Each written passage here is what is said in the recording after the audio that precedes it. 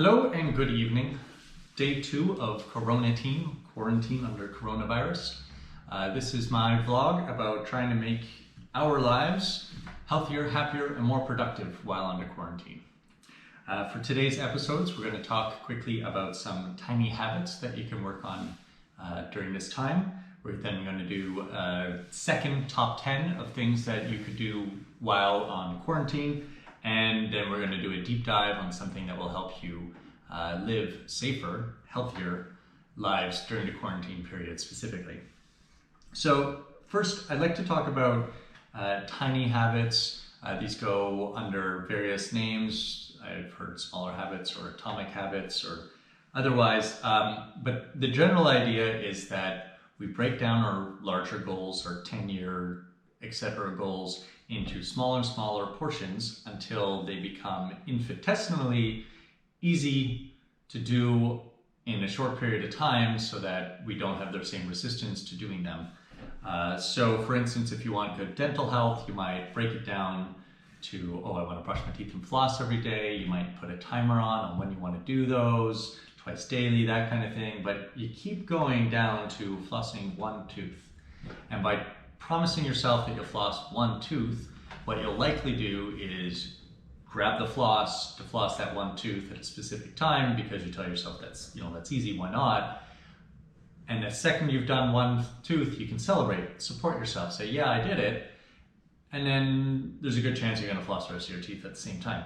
And so this is the kind of idea behind these tiny habits, is to break them down, make them small enough so that there's not a large psychological hurdle to doing them. You also want to make them, like any other goals, SMART, so specific, measurable, attainable, relevant, and time-based. So saying I'm going to do activity A after activity B, which I do every morning. It's going to take me this amount of time to do it, and I'm going to do it this frequently. And then it'll be easy once you've set up those parameters to build it into a habit on a regular basis. So for instance, there are things that we all do every day, like getting out of bed, which would be easy to then have your first habit time then. There are things like going to the bathroom. There are things like walking upstairs, opening your front door, grabbing your shoes, many different signposts that you can use to set up some kind of habit that you want to work on in your lives. So I have a few that I've set up already that I've been succeeding on, including not flossing regularly, as that's something I'd earlier done, but to take my flossing segment of the day and reflect quickly my worst moment and my top moment of the day so that I can then be a little bit more conscious of my life and hopefully be able to make it a bit better step by step. I also have a few signs up around the house and post-its where I do specific activities so that they remind me of, you want to do this during this activity. So while I have breakfast at my breakfast table, there's a post-it right there telling me to open up my Duolingo app, which is then the tiny habit. And most of the time, once I do that, what I'll end up doing is meeting my daily goal, which is 3 Duolingo lessons, and thus slowly working on my German. But it's easy to do because all I have to do is open up the app on my phone. So I encourage you to think about your larger goals that you're trying to accomplish. Choose one at a time, just one, because it's impossible to build more than one habit at a time. Once you have it down for 3 weeks, then it's possibly time to add in another one. And so break down whatever your primary goal is to that smallest thing, find a trigger for it, and choose a specific time, place, etc., so that you actually stick to it and that you know when you stick to it and you celebrate your small successes. So for the second segment, I wanted to take you through today's top 10 list of things to do while on quarantine. So I Googled this quickly myself to see what ideas were out there, and it was quite sparse without doing some deeper digging. For the most part, 2/3 of the search results told me to binge watch some TV show or another, which didn't really feel like it met my goals of happier, healthier, and more productive. So my first goal, or my first top 10 list thing to make your life happier, healthier, more productive while in quarantine is not watch Netflix the entire time.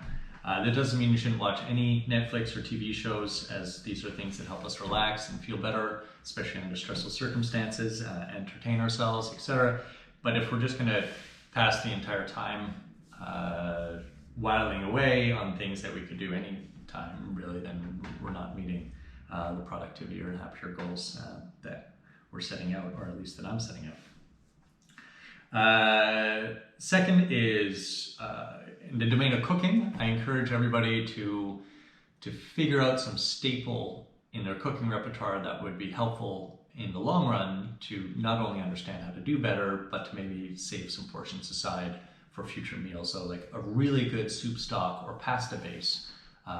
So for this week, I encourage you to look up a good video recipe, something where you're starting from scratch to make a pasta sauce out of, genuine tomatoes and rosemary and garlic and onion and this type of thing, and where you need 4 hours to make solid pasta sauce. But it's a lot of fun, and it's not something you usually have the time to do, so now would be a good time to do it.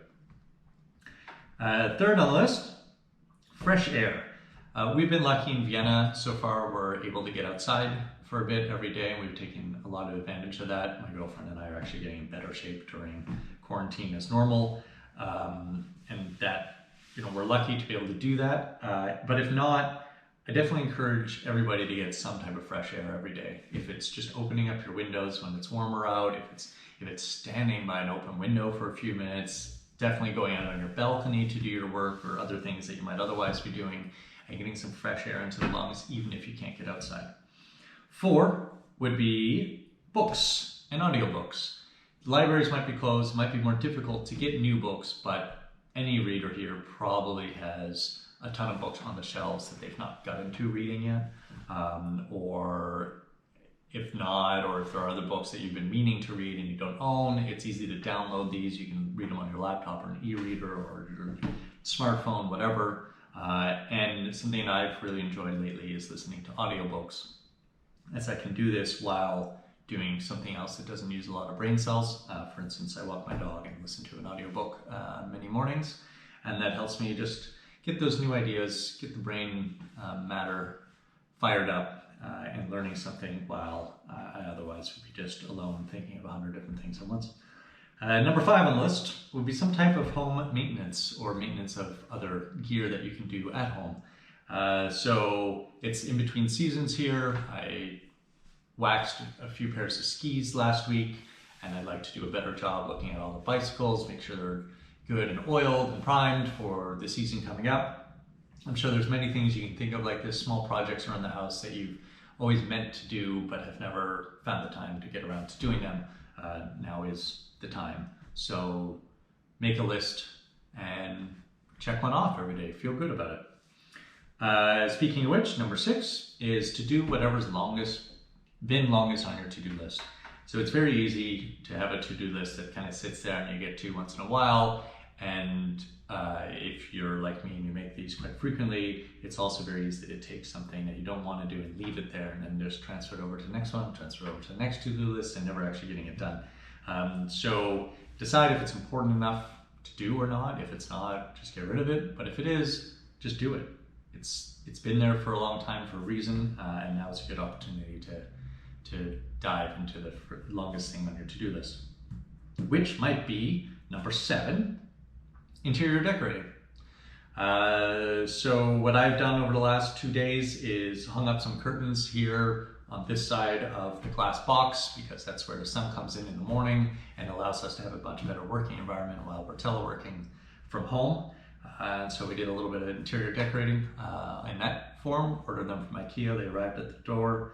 If you can't order new things, I'm sure there's some painting you've been meaning to do, there's some rearranging of a shelf or something that would just spruce things up, maybe something that you've been meaning to hang, some color coordinating, etc. There's lots of blogs and books and things to read on interior decorating, and it doesn't have to cost you any money. Often it just means being a bit more creative with what you already have. Number 8 on the list is a spa day. So you obviously can't make it out to a fancy spa while you're on home quarantine, But you could have many of those services at home, whether it's taking a long hot bath with some salts or bubble bath, perhaps giving yourself a facial, or if you have other people in your household and you want to help each other out, maybe doing manicures, pedicures, this kind of thing, possibly massages, and just set aside some time, get what you need. A lot of things you can actually find in your cupboard. You might not realize that coconut oil or olive oil can actually be used for massages. I encourage you to Google this. And set aside a few hours and enjoy some relaxing relief from your at-home spa. Number 9 on the list is virtual travel.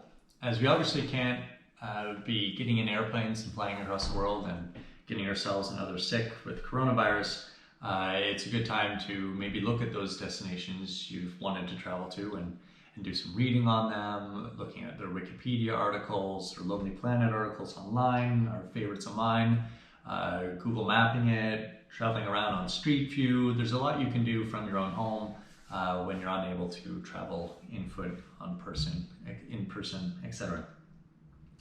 And number 10 on the list is to make yourself a bleach solution. So we've been talking, or the media talks a lot about washing your hands very frequently. I encourage everybody to do that, take that seriously. But also, if you think about it, it's not just your hands you're bringing into your household on a regular basis that could be contaminated, it's any other object. And so having a highly diluted bleach solution, which would allow you to bring those things in more safely, is a good way to prevent any germs from coming into your house. And we'll take you to a video where we're going to show you how to do that. So for this segment, I'm hoping to show you an easy and quick bleach solution to help ensure that nothing you bring in the house will contaminate your household, and they won't bring coronavirus in with you when you do your grocery shopping or otherwise. So all we need is a spray bottle. I have an old cleaning bottle here with a sprayer, so it's easy to use, some bleach of some type, measuring device, and some water. The ratio that you want to use is about 5% bleach to 95% water. It's a cup per gallon or 50 mil per liter. This is 500 milliliters, so I only need 25 mil, which is about 2 tablespoons, slightly less, but I'm not sure how old this bleach is, so where I'm actually going to use a little bit more than they recommend just to ensure that it's still effective. So I'm going to throw 2 tablespoons of bleach in my bottle here. Very easy. Make sure you don't get bleach on anything, especially beautiful black sweaters, as it will ruin them very quickly. And then we just fill it up with some water. And ta-da! Now, this solution, when you go grocery shopping, for instance, and you've been very careful to wear gloves and otherwise not touch your face with your gloves on, and you come inside and you wash your hands immediately, then you should bring your groceries upstairs and spray them down with some bleach solution so that they don't bring in the coronavirus. You could also, say, spray your mail or other things. If you're worried about them, just give it a little spray. For any type of plastic or wood or otherwise, you want to let it stay wet for 30 seconds at least, just so that it can actually do its effect. Make sure that you always wear some kind of latex gloves when handling bleach, as it's very bad for your body, so do not use that as any type of cleaner for yourself. And feel free to use it for anything that you find necessary, anything you want to disinfect, including what you bring in, but also light switches or door handles. You might want to use it daily if you're especially worried, just to make sure there's that much less of a chance that things are growing, that the virus is growing inside your house. Oh, hi! So nice of you to join me. Just pour myself a glass of red wine before I start my cooking here. Making a stew. Oh yeah, that's delightfully a stew wine, not a drinking wine. So what it started with is heating up some olive oil in the pot. We're going to throw some oxtail in. We usually use soup bones and other types of stewing beef. Tonight what we have is oxtail. We're going to try this out, and I'm sure it's going to be even more delicious than usual. We'll put a little bit of flour on it and then fry it up in the olive oil. What I prefer to do when I make a stew is to cook things in layers so that each layer develops its own flavors. Each one is individually seasoned as you go along in order to get each one infused with the right amount of salt, etc., and to have a really full flavor throughout the stew. So I get everything ready beforehand, makes it a lot easier. We got the pot already heated up. We got our oxtail or other meat. Then after that, we'll add some onions. I'll cut that up, and then whatever and we'll season that. Then we do our harder vegetables like carrots and potatoes and other root vegetables. And then later on, we add celery and other vegetables, zucchini. And here I have wild garlic leaves that we picked in the park this afternoon. I just rinsed them off. Everything here is already washed, not chopped yet. And at the end, things like mushrooms, which are excellent in a stew, or leaves like spinach or other things that'll help increase the nutrient quotient of your stew. And finally, lots of tomatoes. I prefer to use fresh vegetables to add most of the broth as opposed to chicken or other factory-made broths. And of course, a healthy dose of some cheaper red wine, a cup or two of that to give it enough liquid. And when we're all done and it's all seasoned, etc., we can close it off, put it on low, and let it to simmer for a couple of hours. So we're just going to throw these in now. So we got our oxtail cooking in a lot of olive oil, maybe not even enough. Lots of oil because it's a healthy fat. Enjoy it as long as it doesn't burn. And then we have cut up some onions in some larger chunks here that we're going to throw into with the oxtail, as well as some garlic. Also large chunks, as it's a stew. You shouldn't actually cut things very fine because then you can still get chunks of flavor out of it, which is nice. Not using a lot of garlic this time because of the garlic leaves that we're going to add in at the end, so there'll be lots of garlic flavor in there. So what we're going to do is we're just going to let this cook on its own for a few minutes. We're going to let that sizzle up, as you can hear, and add a bit of coarse Himalayan sea salt, herbe de Provence, just to get that part seasoned. And once it's been going for a few minutes, then we'll add some carrots and potatoes that I have here resting in a small bowl of water versus filling up the whole sink, just to get them good and clean. All right, so we have the oxtail cooking with the onions and some herbe de Provence and some olive oil. I wish I could share the smell with you. Actually, it's pretty nice. We have all our root vegetables cut up into rather large chunks, and really any root vegetables that you can think of would work. Turnip and sweet potatoes, whatever you might have. We're going to throw all these into the pot with the oxtail and onions, and garlic, and all that stuff. Now, this stuff, there's no longer enough space on the bottom of the pan, and we don't need to fry this anyway, so it's time to add a bit of liquid. So a cup and a half of wine is about reasonable. If we take a look at that, then that's about yay much delicious wine. Yeah, it's about appropriate. Beer, also a nice ingredient to use in stew. And then as we get that liquid in there so things can start boiling and steaming, we'll throw a couple bay leaves in, of course. I'm going to use a bit of chili pepper to give it a little bit of spice, not too much. Just find that a bit of spice brings out the other flavors quite nicely. Some salt. Again, I'm using coarse Himalayan sea salt. Obviously, it doesn't really matter what salt you use. And any type of herb, pretty much, will work. I find basil not as robust as thyme or marjoram or rosemary. Cilantro is not appropriate for this kind of dish, but whatever you happen to have or happen to really enjoy, make sure to throw lots in, both dry or fresh, either or. If you're using fresher herbs, you can throw them in later on in the cycle. So we're going to let that heat up and then lower it down to more of a simmer. We're on 5 out of 10 degrees settings now. We'll bring it down to 4 probably.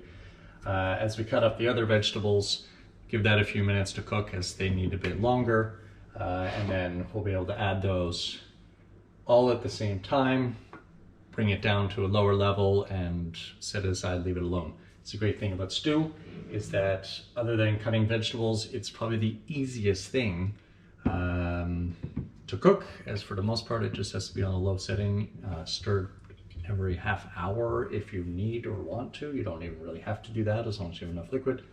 So it's a really easy meal, and as I tried to throw in earlier, it's a really easy way to get a lot of vegetables in your diet for someone like me who doesn't really like eating a lot of raw vegetables or salad, but other than a few chunks of meat, this is pretty much just vegetables. Very easy to get a large portion that can last you for many days as well, so it's definitely a favorite staple of mine. So I let that sit about 10-12 minutes, let it steam up, get a bit more cooking time in and the rest of the vegetables. So we'll just stir it around, make sure that some of the other parts that were fully in the wine broth are on top and some of the other pieces are down below so that everything cooks the same. If you can see that, I threw in the big chunk of celery from the bottom, not to eat, but just to give it a bit more flavor as it's sitting in there for a while. Now I cut up the vegetables we're using in large chunks again. We have zucchini, large chunks of celery, and then half tomatoes, and I just peel out some of the seeds as they'll make things more acidic, and the wine is definitely more than acidic enough. So we throw all of that in there. Hopefully there'll be enough space in the pot. Throw the tomato halves on top, and just like that, you'll notice as they cook down, there might be a little piece of skin left over, but everything else will be just disintegrated. So there's no fears about giant chunks of tomatoes. They just become broth, essentially. You won't even notice if there's tomatoes in there for the most part. And of course, we'll find some space for these greens.